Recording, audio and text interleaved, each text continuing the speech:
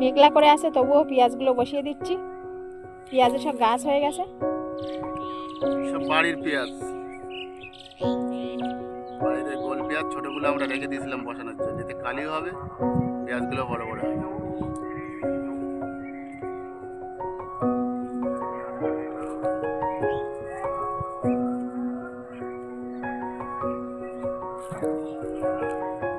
পটলের পিলির মাথার উপরে এই বসিয়ে দেওয়া হচ্ছে। 1 বিঘা তন্ত দিচ্ছি, এই 6 ইঞ্চি। কিভাবে বসাচ্ছে একটু দেখাও, কোন দিকটা কিরম ভাবে। এই মুখটা উপরে, আর এই যে শিকড়, এখান থেকে আবার শিকড় ছাড়বে।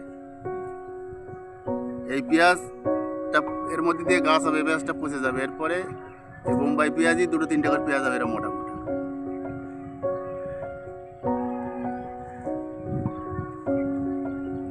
মনে হচ্ছে সুদসাগরে পেঁয়াজগুলোর নাম।